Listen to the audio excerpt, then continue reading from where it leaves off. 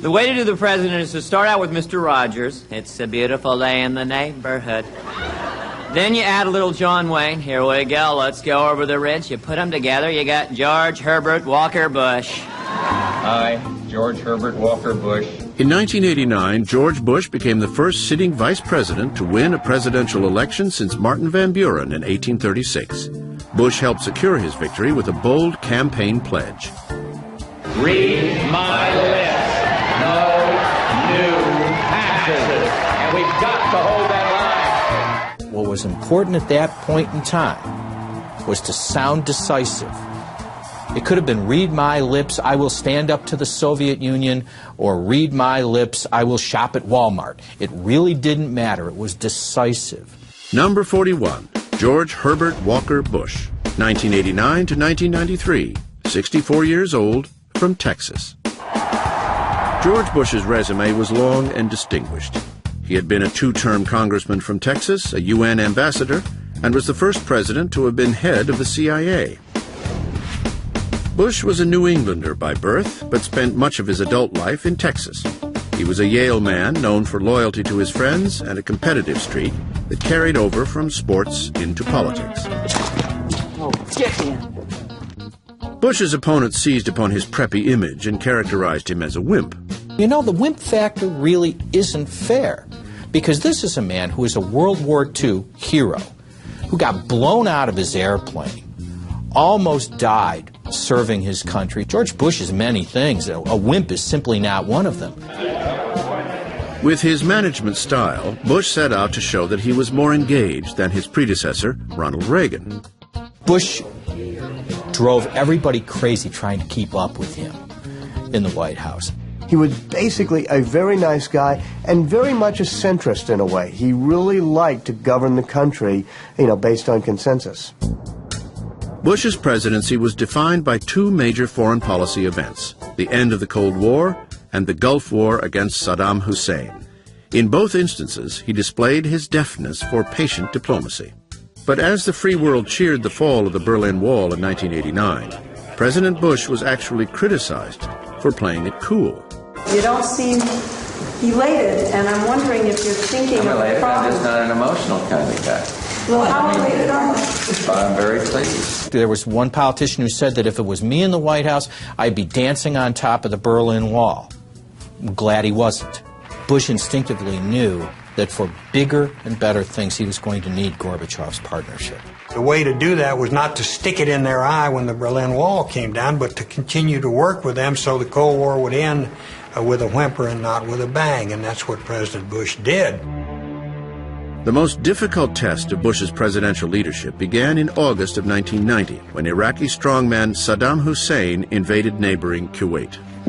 Unfortunately, Iraq has thus far turned a deaf ear to the voices of peace and reason.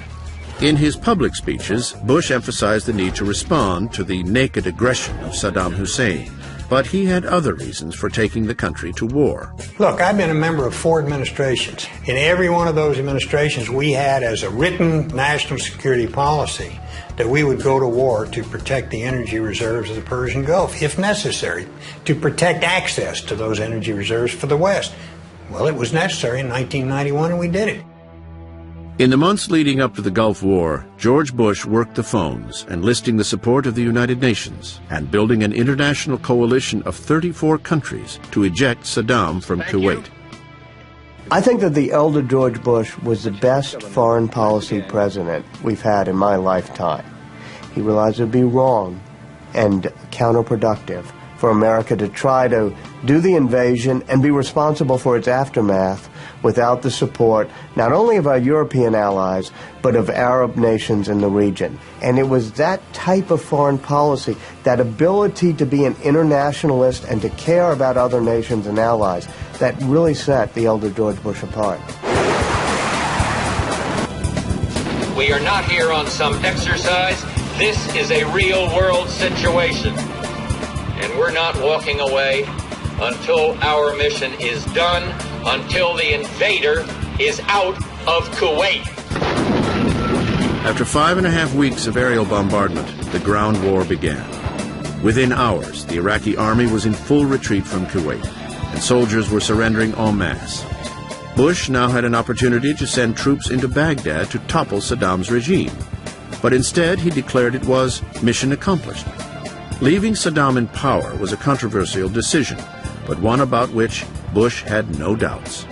Taking Saddam out of power was never one of George Bush's stated war aims.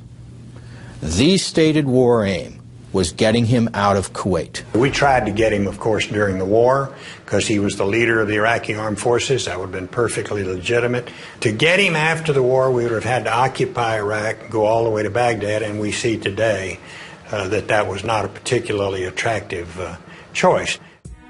After the war, Bush's approval ratings soared to 84%. Re-election in 1992 seemed likely. But the deficit spawned by the Reagan years had forced the president to renege on his famous campaign pledge and agree to raise taxes. Bush betrayed our trust. He raised our taxes. It may have cost him the election, but it was probably good for the country. I think one of the great things George Bush did is to go back on that pledge and to make the compromises necessary with the Democratic leadership on Capitol Hill to get us a little bit closer to the path of a balanced budget. That worked, and that helped set the stage for the great economic growth of the 1990s. Unseated by the charismatic Bill Clinton, President Bush left behind a legacy of political moderation.